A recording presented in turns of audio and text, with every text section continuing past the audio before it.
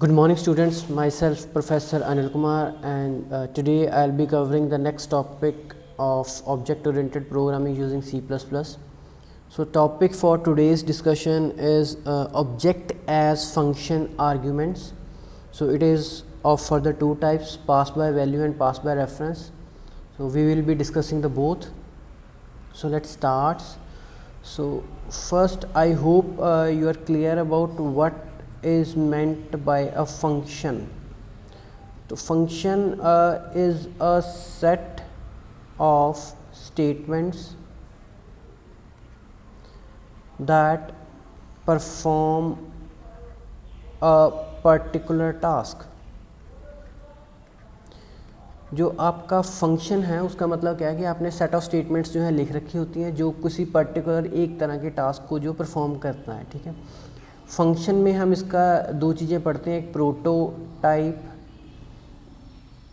और एक हम इसको पढ़ते हैं इसकी डेफिनेशन। या आप ऐसे कह सकते हो कि फंक्शन को आप पहले डिक्लेयर करते हो फिर आप उसको डिफ़ाइन करते हो। तो मैंने अर्लियर क्लासेस में भी आपको ये बताया था, मैं फिर भी आपको दोबारा एक्सप्लेन कर रहा हूँ। प्रोटोटाइप या डेक्लरेशन का मतलब क्या होता है, आप बताते हो कि फंक्शन आपका करता क्या है। तो उसका प्रोटोटाइप का सिंटैक्स क्या है, रिटर्न टाइप आप पहले बताते हो, फिर आप फंक्शन का नाम लिख देते हो, फिर आप उसमें जो है वो जो क्या वैल्यूज़ रिसीव करेगा, क्या आर्ग्यूमेंट्स रिसीव करेगा, पैरामीटर्स या आप आर्ग्यूमेंट्स बोलते हो, ठीक है। तो आर्ग्यूमेंट्स क्या रिसीव करेगा वो आप यहाँ पे बता देते हो, ठीक है। उसका भी सिंटैक्स होता है कि आप आर्ग्यूमेंट्स को लिखते कैसे हो। डेटा टाइप, पहले आप डेटा टाइप बताते हो कि कौन सी वैल्यू आपने रिसीव करनी है, उसके बाद उसका वेरिएबल नेम, एंड इसी तरह आप जितने भी चाहो ये कर सकते हो, ठीक है। एग्जांपल जैसे आप, और लास्ट में आपको यहाँ पे सेमीकोलन लगाना है। जैसे आपने छोटी क्लासेस में लास्ट ईयर जैसे आपने सी में जो स्टडी किया होगा कि रिटर्न टाइप आप लिखते थे वॉइड, इंट वगैरह कुछ भी, ठीक है। फंक्शन हो गया ऐड और इंट ए और इंट बी, ठीक है। तो ये क्या करते हैं, ये वैल्यूज़ रिसीव करते हैं। ये इंटीजर मतलब ऐड जो है फंक्शन नेम है, इंटीजर दो इंटीजर वैल्यूज़ को ये रिसीव करेगा। तो जब हम इनको डिक्लेयर करेंगे तो हम डिक्लेयर कैसे करते हैं इनको, void add int comma int, ठीक है। आप यहाँ पे वेरिएबल का नाम भी नहीं बताते इन केस ऑफ प्रोटोटाइप, अगर आप प्रोटोटाइप डिक्लेयर कर रहे हो। प्रोटोटाइप का मतलब क्या है कि वो क्या करेगा, प्रोटोटाइप होता है खिलौना, वैसे इसका मतलब ये होता है, ठीक है। तो प्रोटोटाइप मतलब यहाँ पे ये करेगा क्या, इससे देख के पता चल जाता है कि ये करेगा क्या, ठीक है। तो इसे हम प्रोटोटाइप भी कहते हैं, इसको हम डेक्लारेशन भी बोल देते हैं, इसको हम डेक्लारेशन भी बोल देते हैं, ठीक है। तो आपने क्या ध्यान रखना है कि जब ये वाली लाइन जो है इसके लास्ट में सेमीकोलन लग जाता है तो उसे हम डेक्लारेशन बोलते हैं, ठीक है। और डेक्लारेशन में सिर्फ ये बताया जाता है कि उसका नाम क्या है, वो क्या रिटर्न करेगा और क्या वैल्यू वो रिसीव करेगा, जो वैल्यू उसने रिसीव की है उसके ऊपर क्या ऑपरेशंस होंगे, रिटर्न कैसे करेगा, वो सारी चीज़ें हमने बता रखी होती है डेफिनेशन में। तो डेफिनेशन आपकी होती है कुछ इस तरह, रिटर्न टाइप, फंक्शन नेम, ठीक है। उसके बाद आपने यहाँ पे जैसे ये इंट दो वैल्यूज रिसीव कर रहा था तो इंट की वैल्यू अब किस में रिसीव की जाएगी, पहली वैल्यू ए में रिसीव हो जाएगी, दूसरी वैल्यू बी में रिसीव हो जाएगी। उसके बाद आप कर्ली ब्रेसेस लगाते हो, फिर कर्ली ब्रेसेस एंड करते हो। यहाँ पे जो कुछ भी लिखते हो आप, ए इज़ इक्वल टू 10 या B is equal to A plus B, कुछ भी आप करते हो तो ये आप एक्चुअल में आप यहाँ पे डिफ़ाइन कर रहे हो कि आपका सिस्टम, आपका जो फंक्शन है वो करेगा क्या। तो इसको हम बोलते हैं डेफिनेशन। तो पहले क्या होती है आपकी डेक्लारेशन, फिर आपकी होती है डेफिनेशन, ठीक है। तो अब ये जो है ये आपके एज एन आर्गुमेंट्स आपने रिसीव किए हैं। तो यहाँ पे आपने क्या टाइप रिसीव की है, इंटीजर, ठीक है। अब आपकी हमने जो आपका सिलेबस के अकॉर्डिंग क्या स्टडी करना है कि यहाँ पे आप क्या पास कर रहे हो, ऑब्जेक्ट आर्गुमेंट, कि आपने ऑब्जेक्ट को एज आर्ग्यूमेंट्स सेंड करना है, ठीक है। तो जब ऑब्जेक्ट एज आर्गुमेंट सेंड होंगे तो ऑब्जेक्ट तो क्या है, वेरिएबल।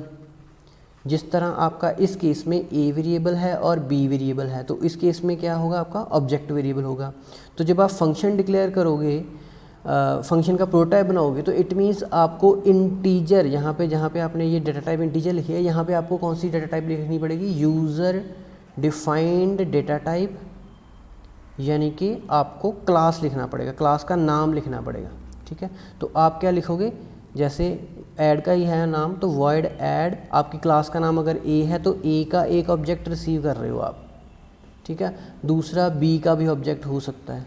ठीक है, इस तरह आप क्लास के ऑब्जेक्ट को रिसीव करोगे तो डाटा टाइप यहाँ पे क्या आएगी, क्लास, और यहाँ पे उसका वेरिएबल क्या आएगा, ऑब्जेक्ट। जैसे इस केस में जो आपका जनरल केस था वहाँ पे क्या होता है, इंट आपकी डाटा टाइप होती है और ए आपका क्या होता है, वेरिएबल। तो जब हम आपने ऑब्जेक्ट एज आर्गूमेंट पास करने हैं तो आपका डाटा टाइप क्या आएगी, उस ऑब्जेक्ट की क्लास, और वेरिएबल आपका ऑब्जेक्ट ही आएगा। ठीक है, तो आपको पहले पता होना चाहिए फंक्शन क्या होता है, उसका प्रोटोटाइप डेक्लेरेशन उसको किसको कहते हैं, डेफिनेशन किसको कहते हैं। एक कंसेप्ट हम यूज़ करते हैं डेक्लेरेशन और डेफिनेशन अकेला, मतलब मान लीजिए कि आपने प्रोग्राम बनाया, उसमें आपने उस फंक्शन को डिक्लेयर नहीं किया कहीं भी, यानी कि आपने उसका प्रोटोटाइप नहीं बताया। ठीक है, अगर आपने उसका प्रोटोटाइप कहीं नहीं बताया और आप डायरेक्टली यहाँ पे लिख देते हो void add int a int b, उसके बाद आपने ब्रेसेस स्टार्ट करके जो लिखना था लिख दिया, तो इस केस में ये जो है ये चीज़ें कंबाइंड आती हैं। This is a combination of both declaration and definition. ठीक है, यहाँ पे आपने डिक्लेयर भी कर दिया, साथ में ही आपने उसको डिफाइन कर दिया। ठीक है, तो ये कंफ्यूज नहीं होना, आप डिक्लेयर अलग कर सकते हो, डिफाइन अलग कर सकते हो, आप डिक्लेयर डिफाइन इकट्ठा भी कर सकते हो। उसके बाद जब आप आर्गुमेंट पास करते हो नॉर्मली तो आप पहले डेटा टाइप बताते हो, फिर उसका वेरिएबल बताते हो। तो जब आपने ऑब्जेक्ट पास करना था, ऑब्जेक्ट आपका वेरिएबल है तो उसकी डेटा टाइप क्या बनेगी, क्लास। तो आपने क्लास के साथ आपने इस तरह सिंटेक्स लिखना है। ठीक है, तो नेक्स्ट हम देखते हैं जब आप वैल्यूज़ पास करते हो तो उसके दो तरीके होते हैं मेनली। ठीक है, पहला मेथड क्या है, पास बाय वैल्यू, कि आपने जो है आर्गुमेंट पास बाय वैल्यू की है, और सेकंड है आपका पास बाय एड्रेस। ठीक है, पहला क्या है आपका पास बाय वैल्यू और सेकंड क्या होता है, पास बाय एड्रेस। जो थर्ड ऑप्शन आती है आपकी, ठीक है, जो C++ के केस में है, वो है पास बाय रेफरेंस। ठीक है, तो यहाँ पे पास बाय एड्रेस और पास बाय जो रेफरेंस है, इनका काम सेम होता है, बस जो टेक्निक है उसमें थोड़ा सा डिफरेंस होता है। ठीक है, मैं आपको एक्सप्लेन कर दूंगा ये सारी चीज़ें कि ये कैसे किया जाता है। तो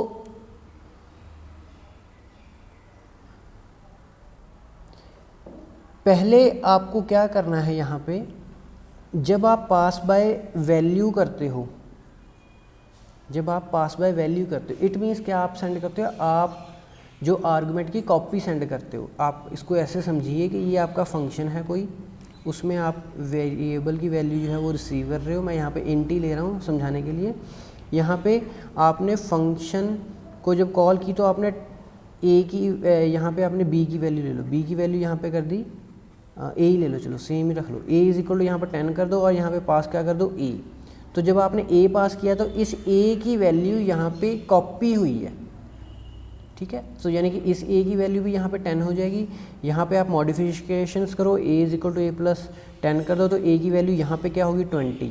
और जब इस केस में आप, जब आपने फंक्शन को कॉल कर दिया, उसके बाद अगर दोबारा आप ए की वैल्यू को प्रिंट कराने की कोशिश करोगे तो वो ओरिजिनल ही रहेगी जो आपकी यहाँ पे थी।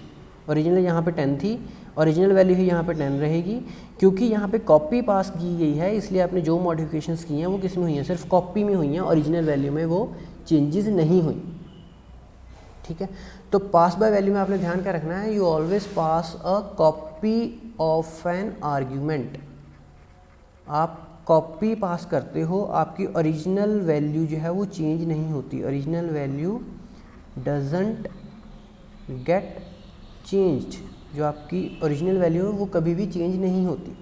और इन केस ऑफ एड्रेस आप क्या करते हो, आप जो है पास क्या करते हो, एड्रेस ऑफ ए। आपने क्या कर दिया, उसका एड्रेस ही पास कर दिया। जब एड्रेस ही पास कर दिया तो जो चेंजेस किस में होंगी, उसके ओरिजिनल वाली में। ठीक है, तो इस केस में आप पास क्या करते हो, यू पास द एड्रेस, आप एड्रेस पास करोगे और ओरिजिनल वैल्यू जो है वो चेंज हो जाती है।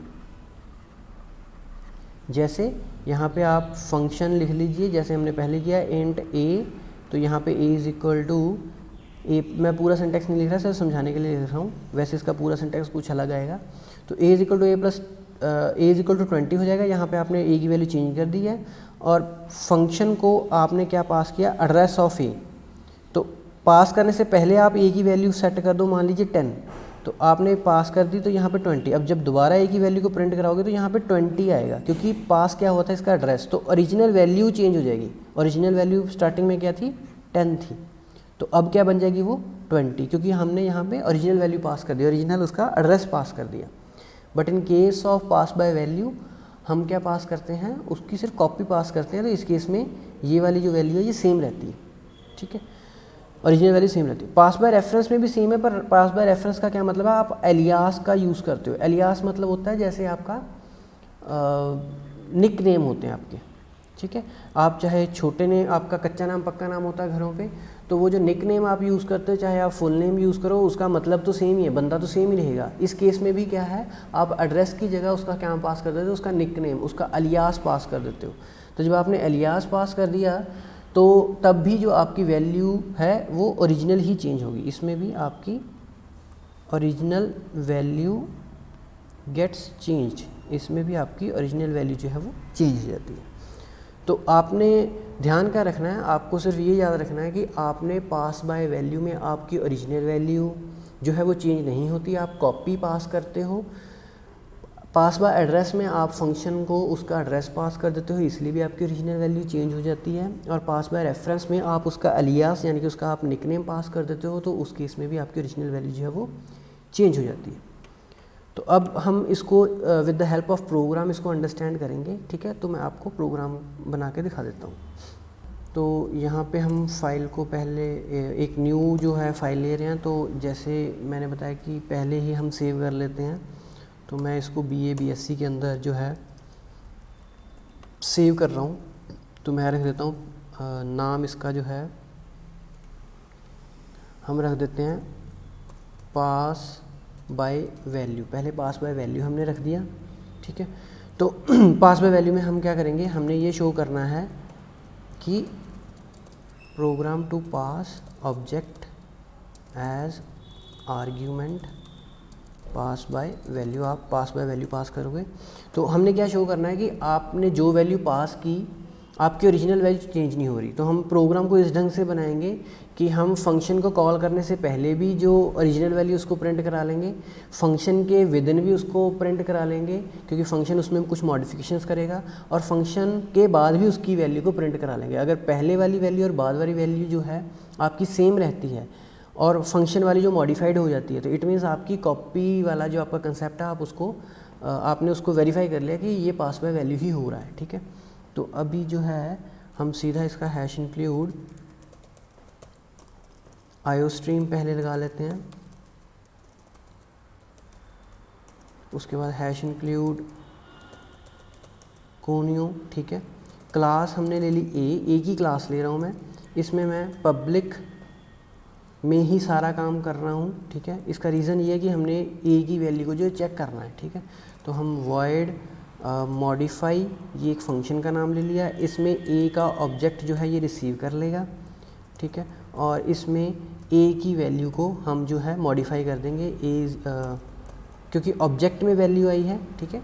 आपने रिसीव किस में की, ऑब्जेक्ट में वैल्यू रिसीव की। तो obj.a is equal to obj.a में हम +10 कर देंगे, कुछ वैल्यूज़ की मॉडिफाई कर देंगे और सी आउट मैसेज प्रिंट करा देंगे value of A of object in function, ठीक है। फंक्शन में उसकी वैल्यू क्या आई वो हमने प्रिंट करा देनी है। तो हम क्या प्रिंट कराएंगे, obj.a, यानी कि हमने क्या किया, obj ऑब्जेक्ट हमने रिसीव किया, तो हमें ऑब्जेक्ट पे तो हमने को काम करना नहीं होता, हमने क्या काम करना होता है ऑब्जेक्ट के वेरिएबल्स पे। तो हमने ऑब्जेक्ट का वेरिएबल कैसे असेस करना, डॉट के साथ। तो क्योंकि क्लास ए है तो उसमें वेरिएबल सिर्फ एक ही ए होगा, तो हमने उसकी वैल्यू को जो है 10+ मतलब उसकी वैल्यू को 10+ करके उसी को दोबारा असाइन करा दिया। तो अब इसको जो है आपने प्रिंट करवा के देख लिया, /n लगा दीजिए ताकि अगली लाइन में प्रिंट हो जाए। और यहाँ पे हम जो है क्लास को यहाँ पे क्लोज कर देते हैं, ठीक है। सिंपल सी क्लास बना ली। अब वॉइड मेन, आपने मेन फंक्शन बना लिया, इसमें आपको क्या करना है, CLR SCR आपने क्लियर स्क्रीन करा लिया, ठीक है। अब ए का यहाँ पे आप ऑब्जेक्ट 1 ले लीजिए। ऑब्जेक्ट 1 इसलिए लिया ताकि आपको नाम में कन्फ्यूज़न ना हो, ठीक है। ऑब्जेक्ट 1 ले लिया अब क्योंकि आपका पब्लिक वेरिएबल है तो उसकी वैल्यू को मैं इनिशियलाइज कर रहा हूँ, ऑब्जेक्ट 1a उसकी वैल्यू मैं सेट कर रहा हूँ इज इक्वल टू 10, तो मैंने वैल्यू पहले क्या सेट कर दी 10। तो अब मैं ऐसे ही प्रिंट करा रहा हूँ cout value of A of object before passing it to function, कि फ़ंक्शन को पास करने से पहले ए की वैल्यू क्या थी, ठीक है। तो वो हमने प्रिंट करा लेनी है ऑब्जेक्ट 1.a करके। उसके बाद मैंने क्या करना है, मैंने फ़ंक्शन को कॉल करना है। तो मैंने फ़ंक्शन को कॉल कैसे करना है, ऑब्जेक्ट 1 मुझे यहाँ पे एक और ऑब्जेक्ट लेना पड़ेगा क्योंकि मुझे ऑब्जेक्ट 1 को पास करना है। तो कॉल करने के लिए मैं एक और ऑब्जेक्ट ले लेता हूँ, ऑब्जेक्ट 2 ले लेता हूँ। तो ऑब्जेक्ट 2 का कोई काम नहीं है, सिर्फ ये कॉलिंग के लिए यूज़ हो रहा है। ऑब्जेक्ट 2 डॉट मॉडिफाई, इसको मैंने वैल्यू किसकी पास कर दी, ऑब्जेक्ट 1 की, ठीक है। तो अब ऑब्जेक्ट 1 की जो है वैल्यू यहाँ पे चली गई है, तो वो अब मॉडिफाई यहाँ पे उन्होंने कर दिया 10 प्लस उसमें कर दिया। तो ये 10 प्लस होके मैसे प्रिंट करा देगा, जो भी इसकी वैल्यू बन जाएगी 20 बन जाएगी। तो अब हमने दोबारा चेक करना है कि ऑब्जेक्ट 1 की ओरिजिनल वैल्यू चेंज हुई या नहीं हुई। तो उसके लिए हम क्या करेंगे, /n value of A of object after passing it to function, ठीक है। आपने फंक्शन को पास करने के बाद भी आप वैल्यू चेक कर रहे हो ऑब्जेक्ट 1.a की। तो अब गेट, ठीक है। तो अभी मैं इसको जो है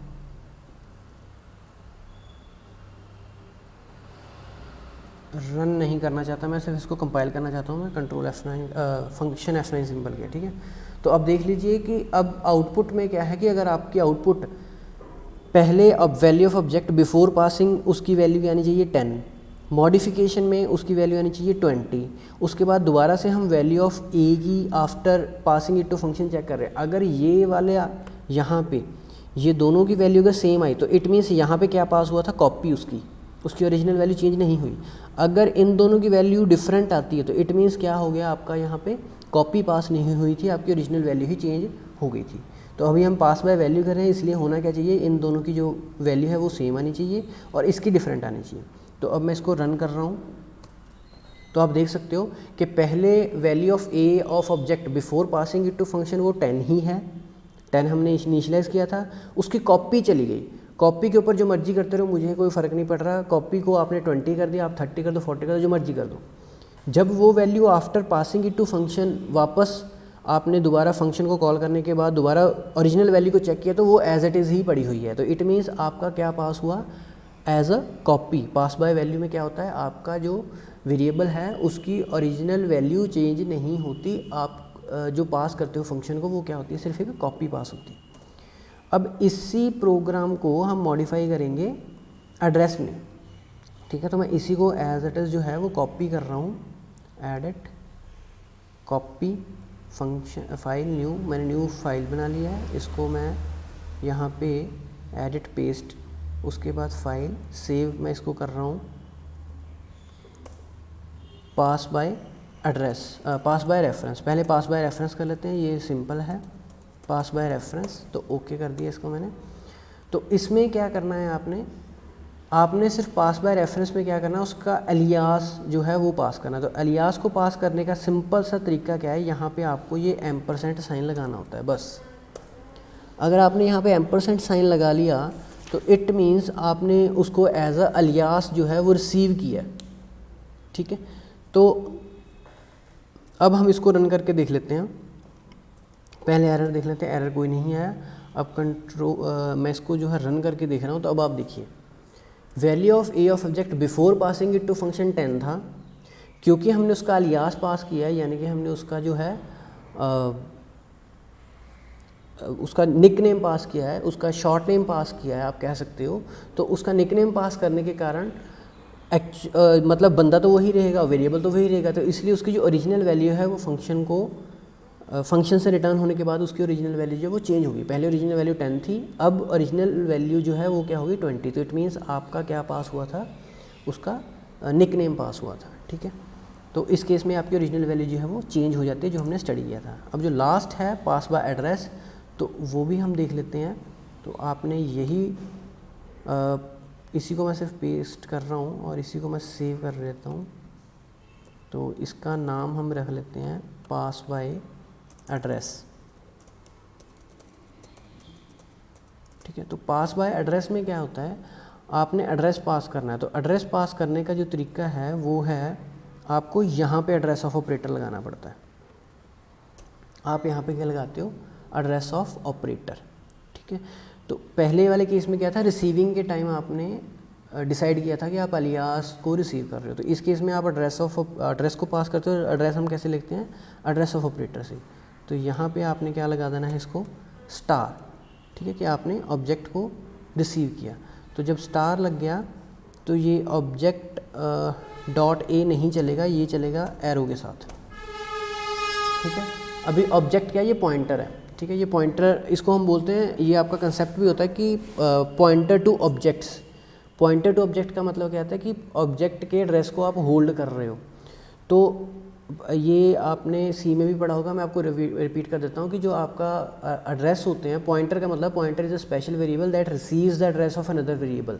ठीक है, तो इसकी कंडीशन क्या होती है कि दोनों को डेटा टाइप सेम होनी चाहिए। जैसे कि यहाँ पे ऑब्जेक्ट 1 है, तो ऑब्जेक्ट 1 का मैं एड्रेस पास कर रहा हूँ, तो ऑब्जेक्ट 1 की जो डेटा टाइप है वो क्या है, क्लास ए। तो इसको जो रिसीव कर सकता है वो एक पॉइंटर वेरिएबल ही होगा। तो पॉइंटर वेरिएबल की पहचान क्या होती है, स्टार के साथ हम उसको डिक्लेयर करते हैं। पर इसकी डेटा टाइप सेम होनी चाहिए। यहाँ पर ए है तो ये ए वाले को ही रिसीव कर सकता है, बी वाले को रिसीव नहीं कर पाएगा। मतलब डेटा टाइप सेम होनी चाहिए वेरिएबल की। तो ए स्टार ऑब्जेक्ट कर लिया और उसको असेस करने के लिए हमारे पास होता है एरो ऑपरेटर। तो आपने एरो ऑपरेटर के साथ, क्योंकि अभी आपके पास एड्रेस है, आपके पास वेरिएबल नहीं है, तो आप एड्रेस को कैसे असेस करते हो, with the help of arrow. तो एरो क्या बताता है कि ए ऑब्जेक्ट एड्रेस के ऊपर उस एड्रेस पे जो ए वेरिएबल है उसकी वैल्यू दिखो।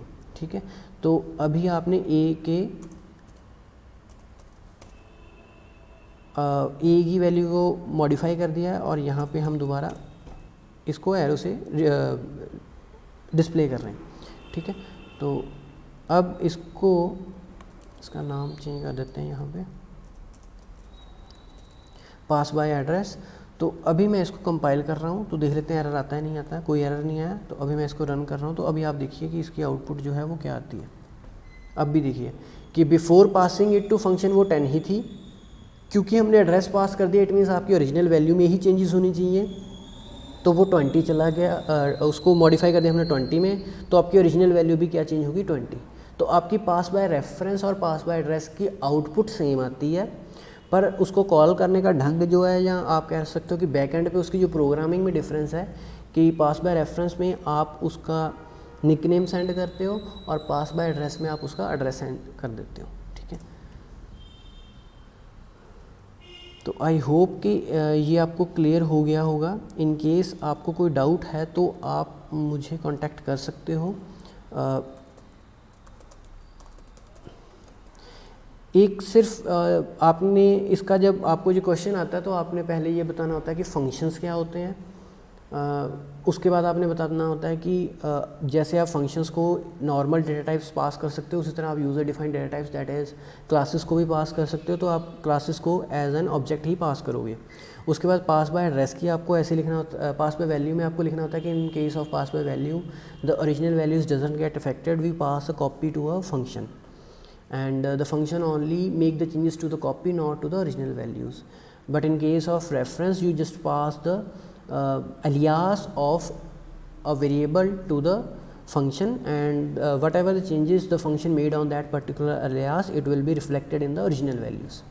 और इसी तरह अगर आप if you are writing about the pass by address, then in that case you have to write it like we pass the address of a object to the function, and the function receives the address of object with the help of pointer variable, and we make use of arrow operator to assess the values of variables to get it modified, and whatever we modified within a function, it will be reflected in the original ones, because we have passed the address of a variable, not the copy of that variable. ठीक है, तो इस तरह आपको जो इसका थोड़ा सा एक्सप्लेन करना होता है। उसके बाद इसका सिंटैक्स एज इट इज़ कोई नहीं है, आप खुद बना सकते हो कि आप पास बाय वैल्यू केस में सिंपल लिख दो कि आप सिर्फ 2 स्टेटमेंट्स आपने लिखनी होती हैं, ये वाली ऑब्जेक्ट टू डॉट मॉडिफाई कि आपने ऑब्जेक्ट टू सिंपल पास किया, और रिसीविंग के लिए return type, function name, class का नाम, और ऑब्जेक्ट आपने सिंपल लिखना है, एड्रेस ऑफ ऑब्जेक्ट नहीं लिखना, ठीक है। एड्रेस ऑफ ऑब्जेक्ट कब लिखना है, जब आप पास बाय रेफरेंस का सिंटैक्स दोगे। जब आपने पास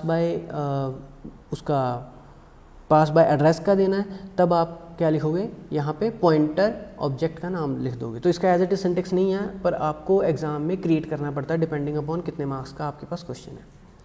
तो I hope these things are clear to you. In case you face any problem, you can contact me, I will definitely look into those. Thank you very much.